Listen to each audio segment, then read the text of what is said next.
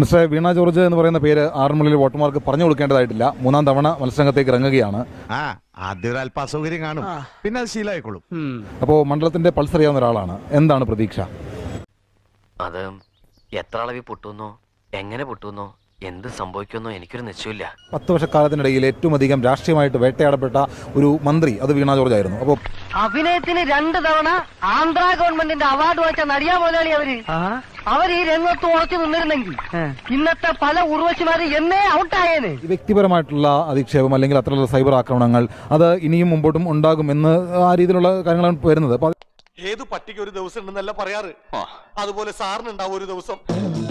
അല്ല, ഇത് കേരളത്തിലെ പ്രിയപ്പെട്ടവർ, എൻ്റെ പ്രിയപ്പെട്ടവരായിട്ടുള്ള എല്ലാ ആളുകളും തിരിച്ചറിയുന്നു എന്നുള്ളതാണ്.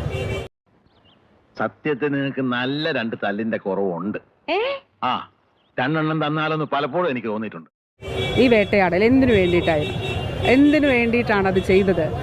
ഓർമ്മയില്ല, ഓർമ്മശക്തി കുറയും, പ്രായമായവരെയല്ലേ.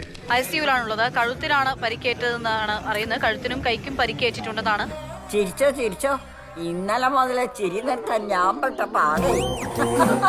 ഏത് കാര്യത്തിന് വേണ്ടിയിട്ടാണ്? ഏതോ കാലത്ത് ഉള്ള സംഭവങ്ങളുടെ പേരിൽ ആ കാലത്ത് മന്ത്രിയല്ലാത്ത എന്നെ ആക്രമിക്കുന്നു. ഇവിടെ നമ്മളൊന്നും നന്നായിട്ടൊരു കാര്യമൊന്നുമില്ല, ഈ നാട് നന്നാവൂല, അതുവരെ നമുക്ക് അഡ്ജസ്റ്റ് ചെയ്ത് പോകാന്നേ. അപ്പോൾ പ്രതിപക്ഷം ഇത്തവണയും വലിയ ആരോപണങ്ങൾ മന്ത്രിയായിരിക്കെ ഒരുപാട് വീണ ജോർജിനെതിരെ വന്നിട്ടുണ്ട്. അപ്പോൾ അതടക്കം പ്രതിപക്ഷം തെരഞ്ഞെടുപ്പിൽ ആയുധമാക്കുകയാണ്. ശരിയാ, വല്ല അലവലാദികളും കയറി മന്ത്രിയാവും.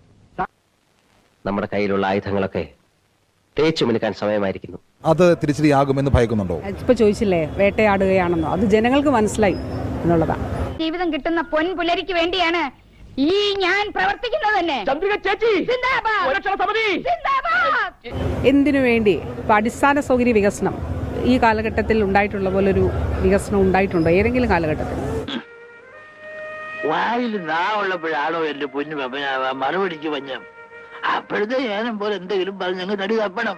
ട്രാപ്പിൽ കൊടുക്കാൻ നോക്കിയില്ലേ? എങ്ങനെ കൈക്കൂലിയുടെ ആണെന്ന് പറഞ്ഞിട്ട് വന്നു. പക്ഷെ അവിടെ എല്ലാം ഒരു നീതി സത്യം ഉണ്ടായിരുന്നു. ഇപ്പൊ തോന്നിയിട്ടുണ്ട് ഫലം.